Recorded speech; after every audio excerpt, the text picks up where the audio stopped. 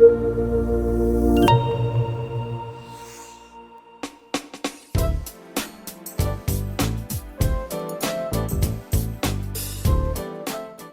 salve, meus amigos aqui do Café Cultural da Rádio Mega Brasil. Tudo bem com vocês? Tenho plena certeza que sim. Mais uma vez estamos aqui abrindo câmeras e microfones para bater um papo sobre cultura, sobre arte, sobre literatura. E essas coisas que fazem a gente ser um pouco melhor como pessoas, nos relacionar, entender um pouco melhor essa nossa experiência chamada vida, que vale muito a pena, né, Indigo? A gente aprender com cultura, aprender com arte, é sempre tudo muito mais gostoso dessa forma. Eu tenho aqui mais uma nova amiga, que me foi apresentada pelo pessoal da LC. O pessoal da LC sempre muito simpático com a gente, apresentando excelentes oportunidades de entrevistas, só tenho a agradecer.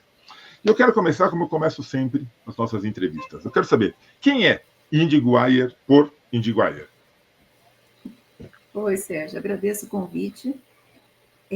Quem é Indiguier? Eu sou escritora, eu moro num sítio no interior de São Paulo, pertinho Que delícia. Bem perto assim, de Itapecerica, cidade se chama São Lourenço. Eu estou aqui desde 2009 e publiquei meu primeiro livro em 2001. Tá. Tenho um interesse muito grande por magia e a vida delícia. inteira eu tive gatos. Ah. Então, eu vim unir esses dois assuntos, magia e gatos, foi um prato cheio nesse livro, Sete Bruxas e um Gato Temporário. Não, o título é maravilhoso, né? O título é maravilhoso, assim. E assim, mas eu quero explorar um pouco mais antes da gente começar a entrar no livro propriamente dito. Assim, você é uma escritora fantástica. Você tem esse é o 36º livro. Assim, como que foi essa coisa de você começar a escrever, de você começar a publicar? De onde que veio essa vontade de colocar as palavras no papel? Eu me formei em jornalismo e colega. Eu trabalhei no Estadão um tempo, mas logo no início eu percebi que eu realmente não tinha muito interesse na realidade. Tá. O mundo da ficção me chamava muito mais. É muito mais gostoso. Sou obrigado a concordar com você. Sem dúvida nenhuma. E foi numa época ali, começo dos anos 2000, tinha pouquíssima gente escrevendo na internet, né? Tá. Eram poucos os blogs. E eu trabalhava justamente com isso. E era uma época assim, interessante da gente lembrar, porque nessa época, para você, por exemplo, publicar alguma coisa, você precisava ter um diagramador da sua página, um programador, uma pessoa leiga não conseguia. E eu tinha toda essa equipe ali comigo, e era uma época que tinha muita experimentação, né? Porque a internet estava sendo construída ainda. Sim. Precisava de conteúdo. Então, esses meus colegas, eles pediam que eu escrevesse contos para que eles pudessem criar essas páginas. Tá. E foi assim que começou, publicando contos na internet. Foi daí que surgiu o pseudônimo também. E eu realmente assim, gostei demais da área da ficção. Tá. Ali eu encontrei, é esse tipo de escrita que eu quero desenvolver. Durante muitos anos foram contos mesmo, até que chegou numa história que eu falei, não, essa é uma história mais longa, isso daqui é o princípio de um romance. Que foi o meu primeiro livro, Saga Animal, romance infanto-juvenil. Tudo que eu escrevo é infanto-juvenil. Tá. E daí, essa história, particularmente, eu não publiquei na internet. E eu guardei comigo para ficar desenvolvendo até que ela ficasse pronta. Eu falei, agora eu tenho uma história longa que eu quero que seja publicada no formato tradicional mesmo, um livro físico. Tá. E publicar agora, assim, e era uma época onde publicar livro também era uma coisa muito mais complicada do que é hoje, né? Eu lembro que você publicar, você tinha obrigatoriamente que ter uma editora, convencer uma editora a gostar da tua obra, aquela coisa de direitos autorais, passar por toda editora. Hoje em dia está um pouco mais fácil, né? Com essas plataformas de publicação, as próprias editoras acho que estão um pouco mais abertas, mas mas era uma época bastante difícil para você publicar um livro, tinha que ter muita força de vontade. Era mesmo. E tanto que para o meu primeiro livro, eu recebi muitos nãos antes de encontrar uma editora que topasse. E foi um encontro muito feliz, porque também era uma editora nova, que estava começando um catálogo Legal, que de bom. livros infanto-juvenis, então a gente começou juntos. Até então, eles só publicavam literatura para adulto. Então, foi muito legal caminhar junto com essa editora no começo. Sim, sim, sim, imagino. Esse comecinho é pura persistência. E eu cometi todos os erros de bater nas portas erradas, de levar o original na Bienal e visitar os estantes, que não é assim que se faz. Mas é tentativa e erro, né? E a gente vai tentando Sim. vários caminhos. E eu acho que todo mundo que está nessa área da literatura é persistência. A gente, no começo, é sempre por amor, é só por amor. Sem E a gente, dúvida, sem dúvida, sem aí, dúvida. até que cada um encontra o seu jeito, né, de publicar. Não E eu tem acho um uma... único caminho. Isso que eu acho que é uma Exato. coisa bacana.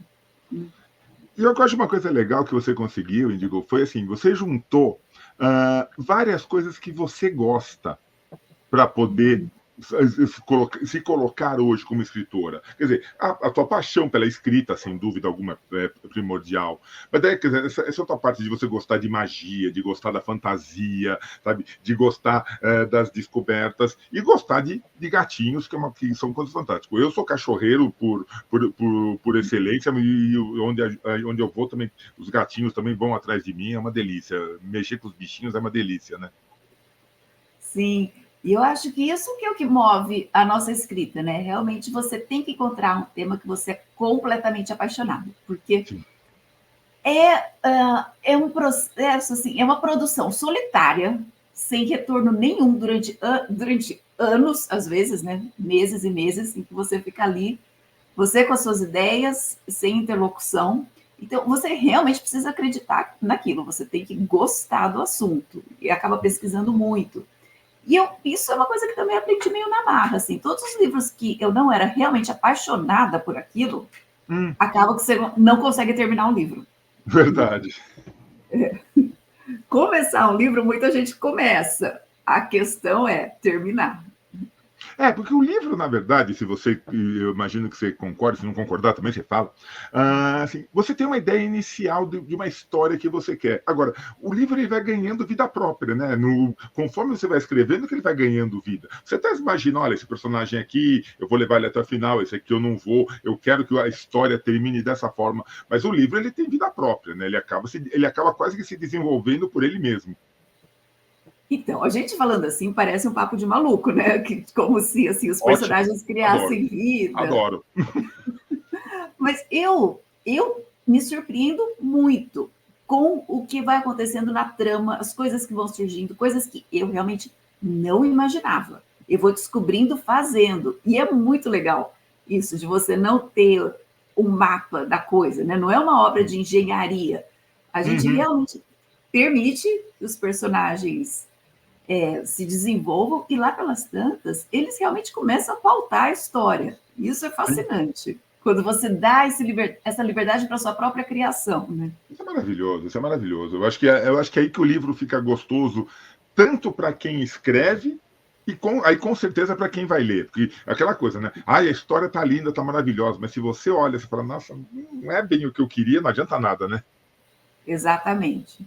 Eu acho que não tem um planejamento, não tem uma fórmula, não tem uma receita, e é isso. E tudo que está lá tem que passar por você.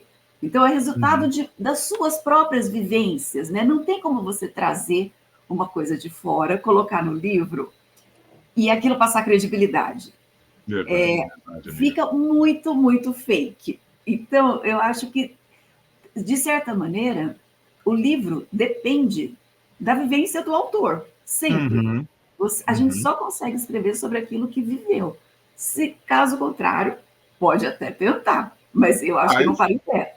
Não vai ficar muito bem, não vai ficar. Agora, me diga uma coisa, digo, por que, se você colocou que você só escreve literatura infanto-juvenil, e eu adoro, eu acho que literatura infanto-juvenil tem que ser lida por adultos para que a gente possa entender todo o nosso processo, mas por que essa opção e tem que passar moto bem na hora que eu estou gravando, muito bem, faz parte, mas por que essa opção por escrever ficção, escrever fantasia para um público infanto-juvenil? Eu acho que não é uma decisão deliberada. Eu tenho a impressão que a forma, o gênero, é que escolhe a gente. Lindo, Porque lindo, lindo. eu realmente já tentei escrever para adultos e eu me achei uma impostora total. Legal.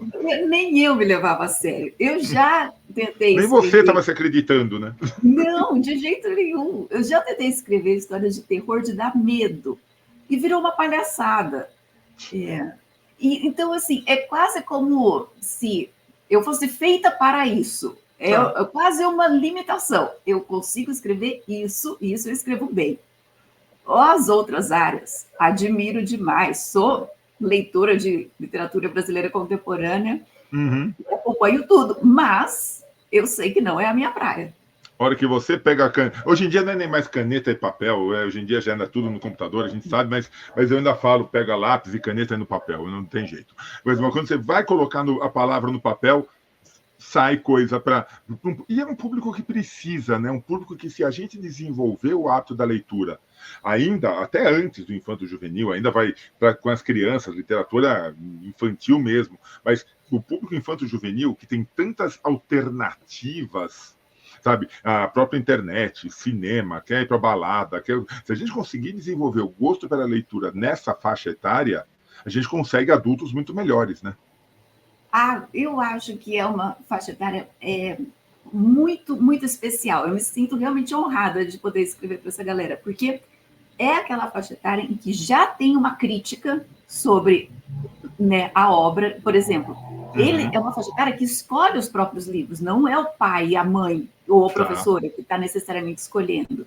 Então, tem ali um trabalho de sedução do leitor, né, de você trazer esse leitor para a sua história. E são pessoas que também não têm muita paciência, não. Se elas não gostam da sua história, rapidinho você vai ser ali. Se você não conquista no primeiro capítulo, não adianta que não vai chegar no capítulo 2. Não, de jeito nenhum. Não tem a paciência, por exemplo, que o leitor adulto tem. Então, é desafiador. Eu gosto dessa faixa etária. Realmente, eu me identifico demais. Mas eu também já escrevi vários livros para uma faixa etária bem menor, livros infantis, que eu considero muito mais difícil, mas eu gosto bastante também. Sim. Você tem que ter uma escolha de palavras muito mais cuidadosa. A construção da frase não pode. Eu acho que você tem que, ao mesmo tempo que você tem que permitir a imaginação, você tem que ser uma imaginação quase que orientada, né? Você tem que mostrar o que você quer que a criança imagine. O infanto juvenil, você larga a mão e deixa ele imaginar. E o infantil tem uma coisa que me interessa bastante, que é a musicalidade do texto. Bom, Índigo. É muito mais poético, e ali você tem uma limitação de vocabulário. Então, a história tem que ser muito boa, porque não vai ter firula de linguagem. A linguagem é simples. O que você tem que pegar é a boa história. Então, isso é um desafio bacana também. Sem dúvida. Agora, eu estou para te fazer uma pergunta. Desde que eu li o material que o pessoal lá da LC mandou, eu faço o programa já há algum tempo, adoro essa área cultural, acho fantástica, e eu fico me surpreendendo com estilos. Eu acho que a gente vai descobrindo estilos novos. Acho que a cada dia, a cada programa eu descubro uma maneira nova. Quando eu estava lendo o teu material, e colocou assim, a Índigo é uma escritora do estilo cozy fantasy. Eu falei, meu Deus do céu, que vem a ser um gênero cozy fantasy? Eu falei, não, vou ter que perguntar para ela. Eu li, entendi o que é, mas eu quero que você explique o que é esse gênero cozy fantasy. A pergunta é boa, porque o cozy fantasy é uma coisa realmente muito nova. Tá. Ele começou no finalzinho do ano passado, foi quando eu ouvi falar. Nossa, não é nem novo, é bebezinho ainda. E no Brasil ainda tem poucos títulos nesse gênero. Tá. Mas o que ele é? É uma literatura de fantasia, só que não tem aquelas batalhas épicas, o perigo do planeta sendo destruído, as guerras. Não, é um tipo de fantasia que acontece muito mais em ambientes internos, na vida, no cotidiano das pessoas, lidando com questões emocionais. E, realmente, a leitura te dá uma sensação de aconchego. Que legal, Eu não conhecia esse conceito enquanto eu estava escrevendo Sete Bruxas. Quando eu mandei para a editora, e a editora leu, ela falou, nossa, mas isso é típico cozy fantasy. E foi a primeira vez que eu ouvi o termo. Aí você olhou e falou, tá bom. São dessas coisas que eu acho interessante, né? Que tem algumas questões que estão no ar, no inconsciente coletivo, e você simplesmente pesca aquilo sem saber muito, que é uma onda.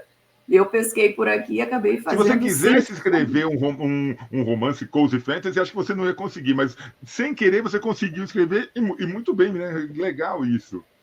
Foi bem por aí mesmo. E daí que eu ouvi, daí eu comecei a ler. Eu fui atrás e fui lendo outros. Claro, e daí eu descobri que, nossa, tem muita coisa bacana nessa área. Realmente é uma tendência legal que surgiu.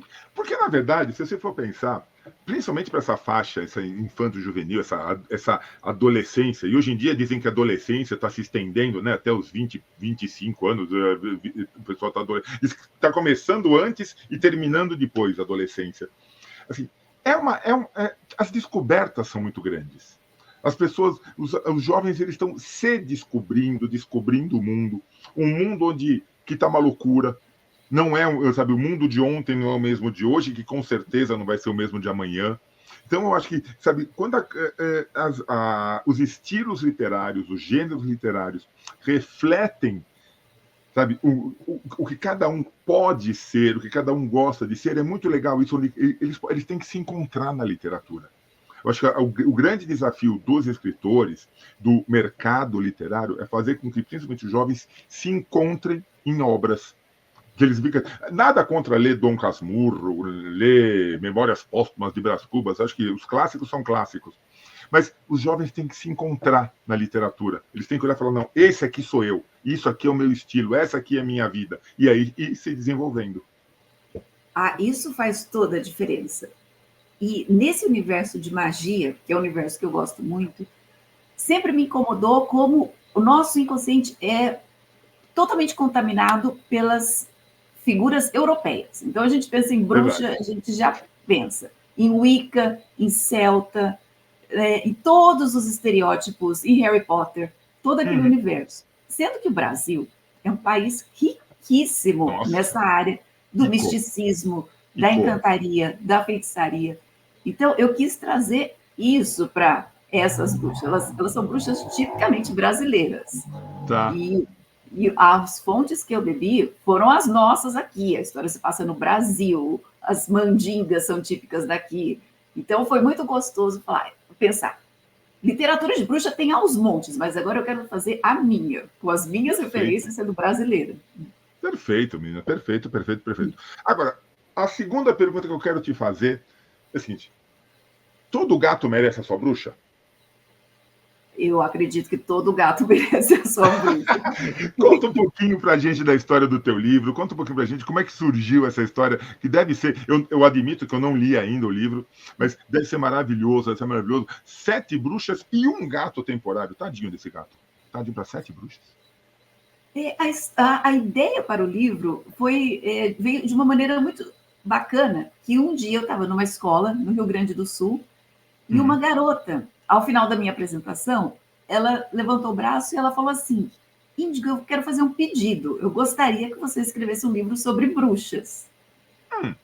E eu, sim, passaram os anos e eu nunca esqueci. Mas faltava a ideia de como seria esse livro. Até que quando começou a pandemia, eu saquei, eu falei, é um livro sobre o gato da bruxa. E daí eu pensei o seguinte, toda bruxa tem um gato.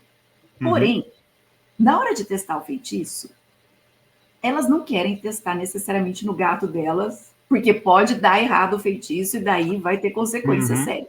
Verdade. Então eu criei um serviço, é um aplicativo que chama Disc Cats, que quando a bruxa ela quer testar o feitiço, ela acessa o Disc Cats, contrata um gato, o gato vai para casa dela, e ela pode fazer o que ela quiser com o gato, testa tudo e depois devolve. Eu não acredito nisso.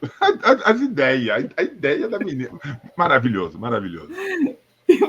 E o Biju, que é o protagonista dessa história, ele é funcionário do Disc Cats. Então, a Tá. vida dele é só roubada, passando de bruxa em bruxa, uma mais louca que a outra, testando feitiços nele.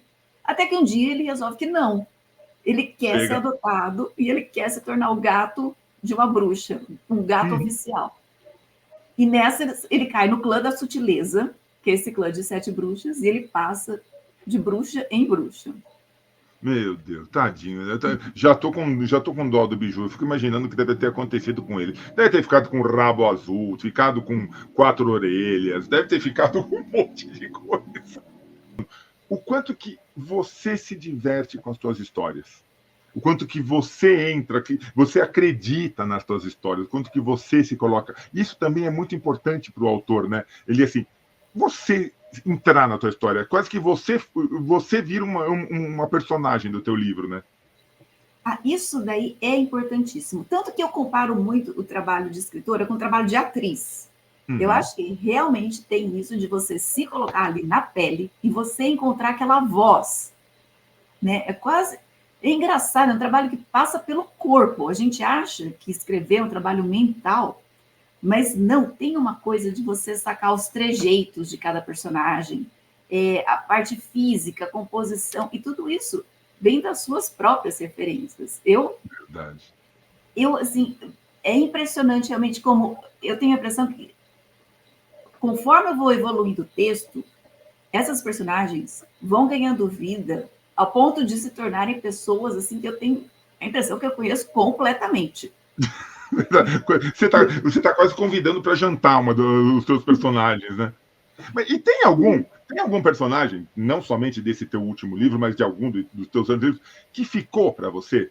Que esse personagem, independente dele ter voltado em outras histórias ou não, mas que você falou, não, essa aqui você guarda com especial. Teve alguma personagem que você falou, essa aqui para mim é especial? Tem um personagem que me acompanha há muitos anos, que é o Orozimbo. Ele é um pinguim. Ah, que Ele é, lindinho. ele é o livro é um pinguim tupiniquim. Hum, E o livro inteiro é narrado na voz desse pinguim. E é aquele personagem que eu acho que, para mim, foi um desafio olhar para o mundo pelo ponto de vista de um pinguim que foge do imagino, Polo Sul e quer vir a para o gente não tem muita Brasil. referência de pinguim, né, realmente, não dá. Ele é tão exótico e ele é tão aventureiro que é um personagem que aparecia para mim em sonhos. É um Olha personagem que, só. no meio do dia, eu fazendo minhas coisas, vinha uma frase que poderia ser uma frase dele. Realmente é um personagem que eu criei muito carinho, e conforme os leitores vão lendo o livro e vão se conectando e comentando, parece que isso realmente fortalece o personagem também. Porque, Tá. né, os livros, eles começam a... É como se eles fossem ativados pela leitura. Ele é um Uhum, objeto uhum. frio. A hora que Perfeito, alguém abre o livro perfeito. e começa a ler, ali é que começa... Ele ganha vida. Nossa, é verdade, é verdade. Outra coisa, Indigo. Ah, normalmente eu entrevisto aqui escritores e eu entrevisto roteiristas, que são formas de literatura, formas de escrita totalmente diferentes. Eu conheço excelentes escritores que tentaram ser roteiristas e deram com os burros na água, e roteiristas que tentaram escrever livros e falaram, não consigo. Você consegue juntar os dois. Quando você escreve um roteiro, ou um livro, você já pensa nele como roteiro, ou não, quando você está fazendo uma coisa, é uma coisa, outra coisa, outra coisa? Olha, eu comecei a estudar roteiro em 2013. E eu vou te dizer, muda o jeito que a gente escreve literatura. Tá. Para mim foi uma coisa muito legal. Por quê? Roteiro é uma coisa que se estuda, tem vários cursos, é muito mais, tem acho que um embasamento teórico muito maior do que a literatura, Tá. no sentido de ser uma coisa que você aprende. A literatura, embora tenha muitos cursos, tá? Eu tenho a impressão que é mais intuitiva e Uhum, pessoal. O concordo. roteiro é uma obra de engenharia mesmo. Tem uma lógica das histórias. Você pode até subverter tudo, mas tem princípios ali que funcionam para toda a história. Eu não penso nos meus livros como roteiro, mas estudar roteiro me contaminou demais. Tá, Mesmo, tá. no bom sentido, no bom sentido. As minhas histórias, hoje em dia, eu sinto que eu penso mais nas estruturas. E antes Hum. de ter esse conhecimento, era muito mais solto e intuitivo. Eu gosto Eu já muito de entrevistei. Fala, desculpa, perdão. Eu gosto muito de fazer os dois pelo seguinte: a literatura é totalmente solitária e o Uhum. roteiro é sempre um trabalho em grupo, com Ah, tá. várias cabeças pensantes. Então, para dar um tempo, às vezes, da literatura e ir para essa escrita mais coletiva, criativamente é muito legal também. Tá, tá, muito bom. Uma vez eu entrevistei um roteirista que ele falou: a diferença é a seguinte: o roteiro não é para ser lido, o roteiro é para ser interpretado. Claro, existe a leitura do roteiro? Existe. Mas ele falou assim: uma pessoa, o cidadão normal, ele não pega um roteiro e lê. É capaz de ele não entender. Porque o roteiro, assim, porque quando ele me explicando, quando ele escreve o roteiro, falou: primeiro eu imagino a cena, e aí eu descrevo esta cena no roteiro. A literatura é diferente. Eu escrevo e daí eu imagino. O processo é totalmente contrário, né? E a leitura do roteiro é muito chata, porque é técnico. Né? Tem Sim. posicionamento de câmera, né? Interna, externa, dia, noite. É uma coisa dura, né? Não tem toda a sedução da literatura. Mas o roteiro, eu acho que todo mundo que escreve literatura, eu recomendo muito fazer curso de roteiro, porque viram umas chavinhas na nossa cabeça, com certeza. Olha que legal, olha que legal, que legal. E uma outra coisa que você já falou e você deve adorar é o contato com os teus leitores, né? Não tem como. Quem escreve literatura infanto-juvenil, quem escreve o teu estilo de literatura, a tua forma, não tem como não gostar de ter contato com o leitor, né? Agora só faltava ela pega e fala assim: eu odeio ter contato com o leitor. Mas duvido. Eu gosto muito. Eu É. adoro ir em escolas, em feiras literárias, em encontros.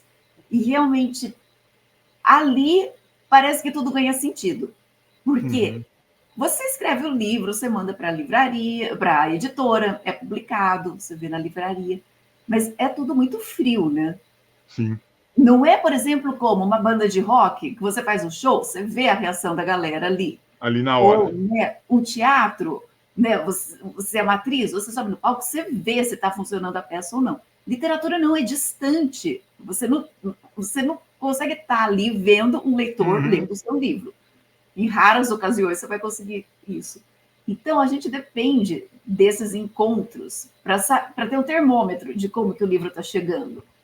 Claro que agora na internet tem resenhas, né? O pessoal faz resenhas em vídeo, e isso também é maravilhoso. Antigamente não tinha muito. Mas eu acho importantíssimo a gente ouvir as reações dos leitores, porque eu aprendo demais. Demais Nossa, mesmo. deve ser fantástico. Eu fico imaginando as ideias que os teus leitores devem te dar, né? Aquela coisa, pega o biju e faz o biju acontecer isso com ele. Por que você não fez o biju assim? Eu fico imaginando o retorno que você tem específico de personagens, específico de cada história. Deve ser maravilhoso, deve ser uma coisa maravilhosa. É muito legal. E, inclusive, retorno de críticas, né? De Hum, críticas de coisas que as pessoas não gostaram. Essas são as que eu mais presto atenção. E essas tá. são. A gente não esquece. Não esquece. Uma crítica negativa é. Nossa, eu acho que faz tão bem, porque Uhum. eu fico pensando e remoendo e tentando ver do ponto de vista da pessoa. E eu realmente levo a sério todas as críticas que eu recebo. Porque você tem que ficar pensando, né? Falou, nossa, mas o que a minha escrita causou nessa pessoa que ela ficou tão enraivecida, que ela não gostou? O que será que ela não entendeu? Ou, melhor, o como será que ela entendeu, né?